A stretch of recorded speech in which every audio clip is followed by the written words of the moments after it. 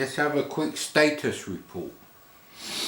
Well, whiskey is here, and I don't mean my friend's hamster. Yes, my friend called his hamster whiskey.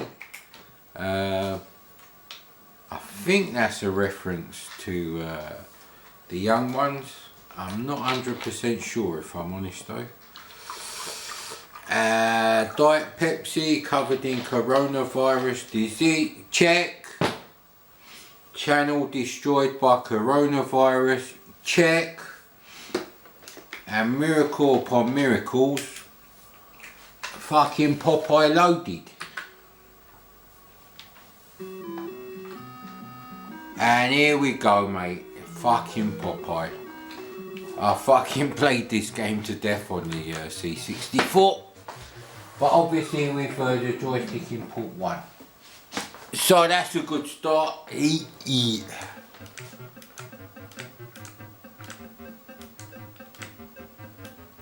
Now, I'll be the first to admit the graphics are not state of the art.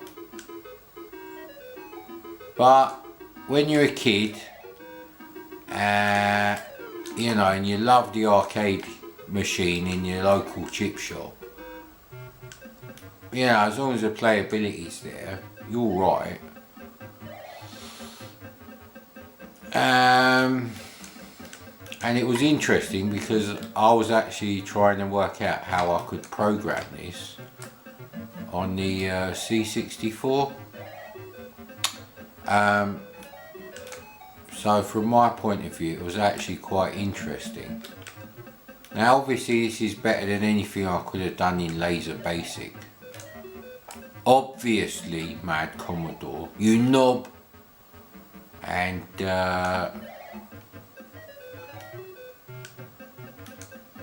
mean, it's the arcade game. It's not really any worse than the ColecoVision version. Costs about the same price. You don't need to punch the spinach twice like the shitty NES version. Yeah, anyone who loves the NES is a fucking prick, mate. Prick! And that's not the Jack Daniels talking there. That's your host talking. Crap.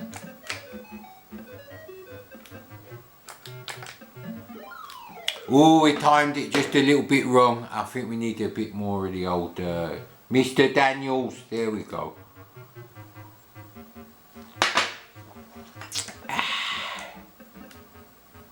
Wow, it's been a long time since I played this on real hardware. Very long time. It's a really good game by Nintendo. Better than that Mario Brothers shit. Oof, that was a close one, so.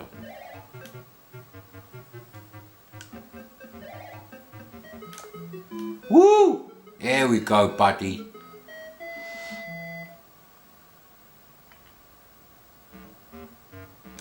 Here we go, here we go. It's actually a really nice game. Now for the C64 point of view, crap, that's really not the way to do that one. It's alright on the C64, but because it was a cartridge release, obviously it would cost you more than if it was on tape.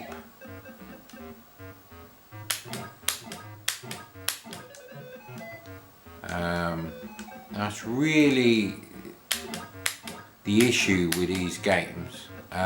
If they're only on cartridge and they're 30 quid, they're not really going to be worth buying unless they're really like the best thing possible on the C64. And when you're flying in the air, obviously you're on the same level as the balconies or walkways, which is bollocks, obviously. Now I couldn't get this to work on the other SX64, which was quite funny. Tried many times, and there was a slight problem there. It would load, but then when you ran it, it wouldn't actually work. So this is the second game I found that doesn't actually work with the SX64 ROM. There's nothing wrong with the SX64 motherboard, but obviously there is a slight difference with the ROM. So I don't think it's a disk drive, because it loads all the same discs and it fails on the same discs. Oh, we had a little go of Defender of the Crown actually on the C64. However, I couldn't be bothered to get the camera out for that one. But yeah, many happy memories playing this in the local chip shop, the Silver Bream in Edmonton. It was like, you know, literally 5-minute walk. Many summer holidays worth of pocket money spent on those arcade machines in them days. However, what people forget is you had to actually balance what you spent on arcade machines and actual games for your home computer. Now, in the early days I had a C64 before I got an Atari ST in the mid 80s, and you know, I do remember there was an issue there. It's like, well, you know, games are like anywhere from like 8 quid to 10 quid on the C64, and games seem to be for sale everywhere. I mean, Boots sold computer games, which everyone knows. That's not a thing from, you know, just my channel. I'm sure the Patreon pricks have mentioned that. Boots the pharmacist, you know, you go in there and you get fucking, you know, hand shandy lotion and your C64 games. Maybe Samantha Fox strip poker, I don't know, I can't comment. I thought Samantha Fox was a fat ugly bitch, but my mate loved her. He had a massive poster of her stuck to his bedroom ceiling. I bet he wanked over that poster. But anyway, let's move past that right now. And if you excuse me, I've got to make a roll up. I'm out of other stuff, but did manage to buy 100 grams worth more of tobacco. Whether that cost me my life going to, you know, the local supermarket to buy that, well, we shall see. Who knows, sir?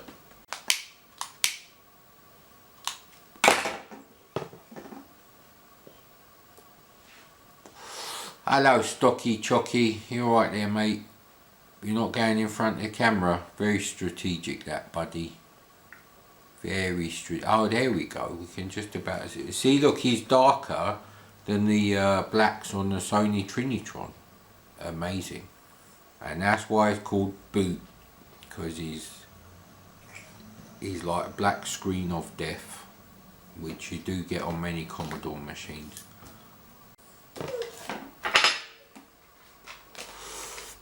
Please excuse the saucer that I'm temporarily using as an ashtray. I can't be bothered to sneak into the huge living room, which is now being used as a larder. I don't mean a shit car from Russia. But yeah, you know, I mean, Popeye was one of those games that I really liked as a kid. And someone from my school gave me a tape with 6 cartridge games copied onto it, with a turbo loader, turbo tape 64, you know, left arrow L instead of load, and arrow S, arrow V for save and verify.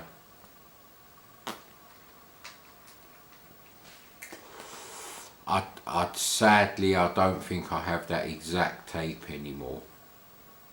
I do have the tape that I tried to make a copy of Zaxxon and Championship Wrestling on.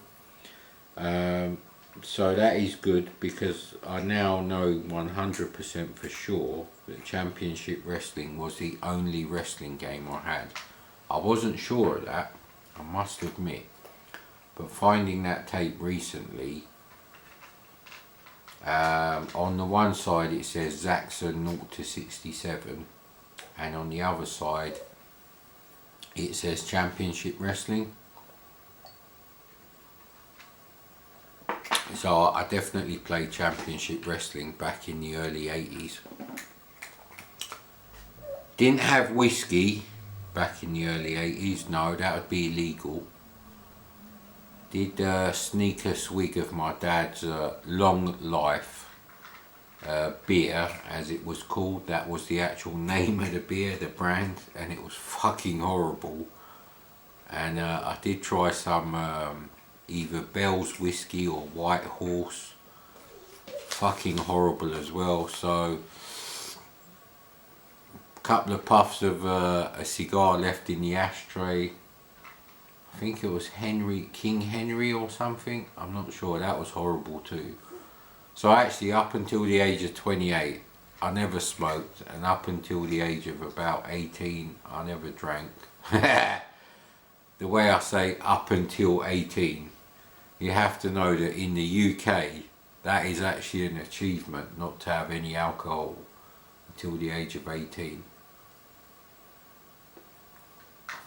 All my friends were drinking some cheap shit called Thunderbird.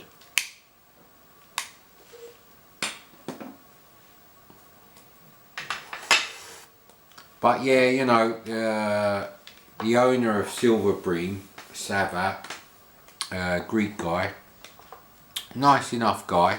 Had a few conversations with him, as much as you can with someone 20 years older than you.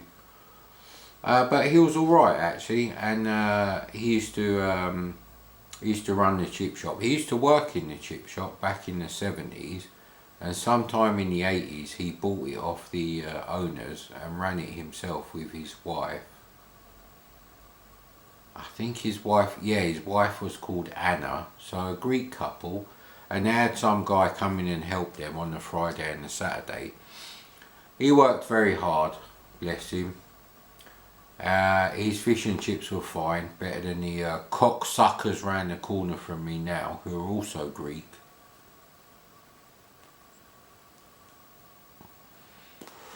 I mean, generally the best fish and chip shops are owned by Cypriots, so Turks, Greeks, or people from Cyprus. And he used to switch off the machines at the end of every night, but I'd make a note of the actual high scores and write them on a bit of the little paper bags that you start wrapping the chips in, and take them to the marquee, as you call it now. Fuck knows what we used to call it back then. Did we give a shit? No.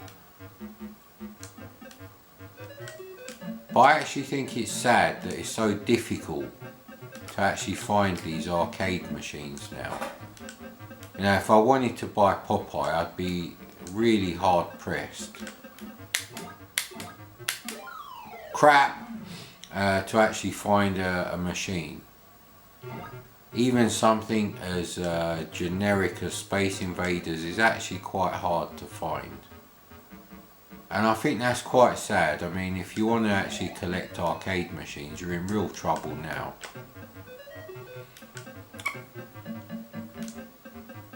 I mean, there's nothing wrong with a C64 version, it's alright. I mean, it does like a fairly good job of converting it to the, you know, the Victor and the SID hardware.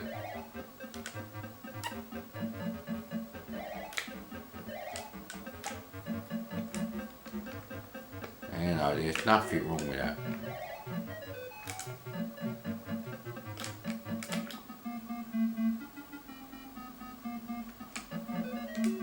Oh, they're a bit eager with the old beer bottles there.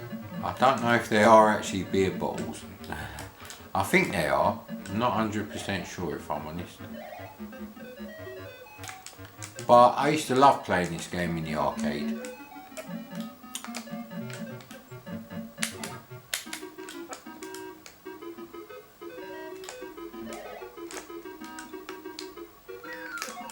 So I mean, it's got all the features of the arcade. The graphics all right. I mean, famously, the original is one of the earliest examples of an arcade machine with interlaced resolution graphics.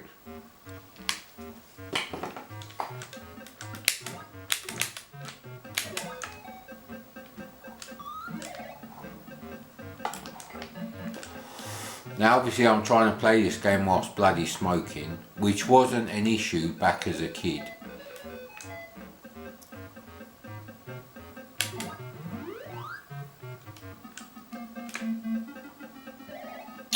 Yeah, I mean, it is a classic game.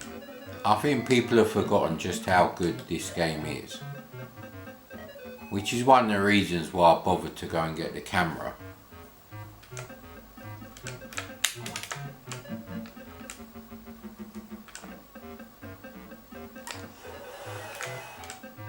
I mean, this is good on the NES, but you have to remember, you know, by that time,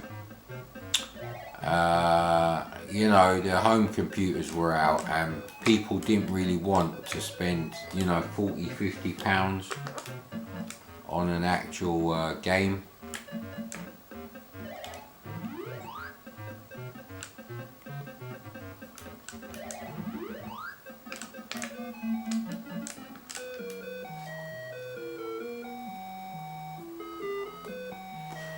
I played this game a lot on the C64 and I thought it was alright.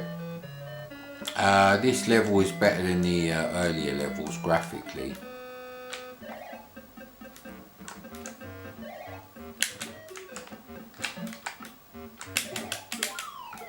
Hey man, I punched the shit out of his anus. What the fuck? Don't be a smelly cunt, innit?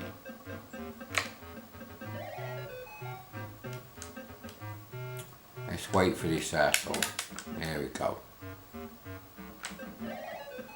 So I mean, Bluto can't actually react to you fast enough when you're going across the little slidey thing there. And you can punch the vulture. The graphics are okay. There's nothing wrong with them.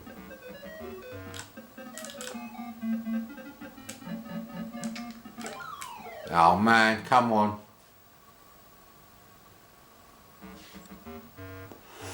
I mean, this is better than a Robin Williams film, let's be honest, mate. Ooh, fucking hell, that was close.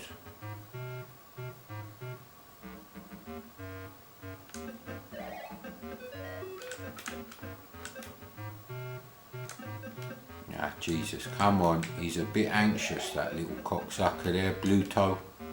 Fat bastard. Oh man, there is a bit of corruption on the top of the screen there. Camera battery is flashing as well now. Mad Commodore, you shouldn't have talked so much bollocks at the start, but you've seen all three levels and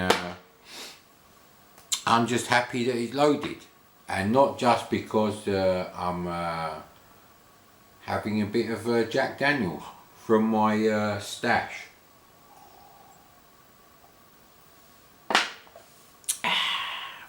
Very nice game in the arcade. It's alright on the C64. It's not like the ColecoVision is better. Now I did have a ColecoVision and I found the ColecoVision and the turbo expansion modules with a steering wheel the other day, but you know, with like less than 10 views on most of my videos in a week, I don't think I can be bothered to set that up. Sad to say. I mean, I've recorded other like games, probably about 20 or 30 from the other discs that I managed to get working on the SX64, and that killed the disk drive on that one with all the gunk on the head. And the account that I use with PayPal, the bank magically decided all on their own that I don't use that card enough, so they didn't send me a new card, so I couldn't buy any disk drive cables for the C64 today. So that's a bit fucked as well, because when I got one of the SX64s for about 400 quid, in pretty good condition I must say, along with loads of discs, he also gave me a 1541 disk drive in mint condition, no yellowing on it at all. Maybe he had the curtains shut, who knows mate. But I shall be playing more Popeye, and well, the camera's not really up to the task for recording it, but let's go.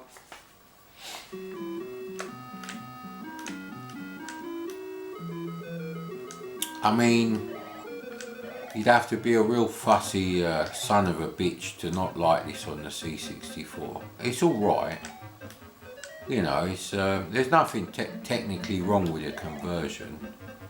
It just doesn't use any special techniques to improve what you can actually do on a C64. You know, and there's a few things that I think could be done better. But at the end of the day, the game is all there. And that's really all that matters at the end of the day as a kid. So if they'd released this on a tape like they did with Pole Position and Pac-Man, which were on cassette releases by Datasoft, I think it'd be a lot better. I don't think I would have bought this for £30 from Parker Brothers official cartridge release.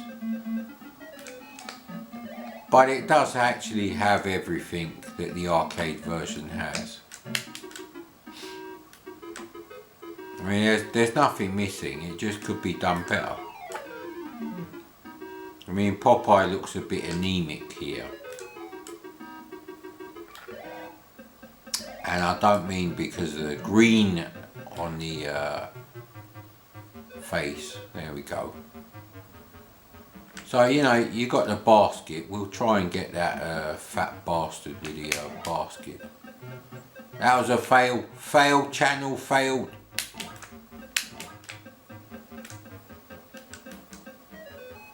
The sound is fine.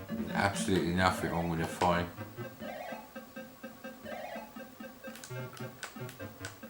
I mean, we're nearly there already. I mean, there we go. I mean, it's relatively easy. It's quite playable. There's nothing wrong with the controls.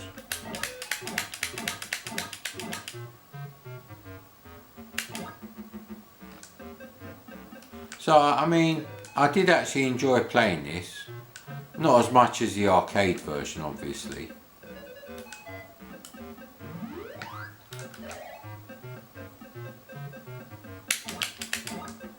I mean, the trick is to actually punch when they're slightly out of reach. And to go to the lower levels. And then come back up, obviously.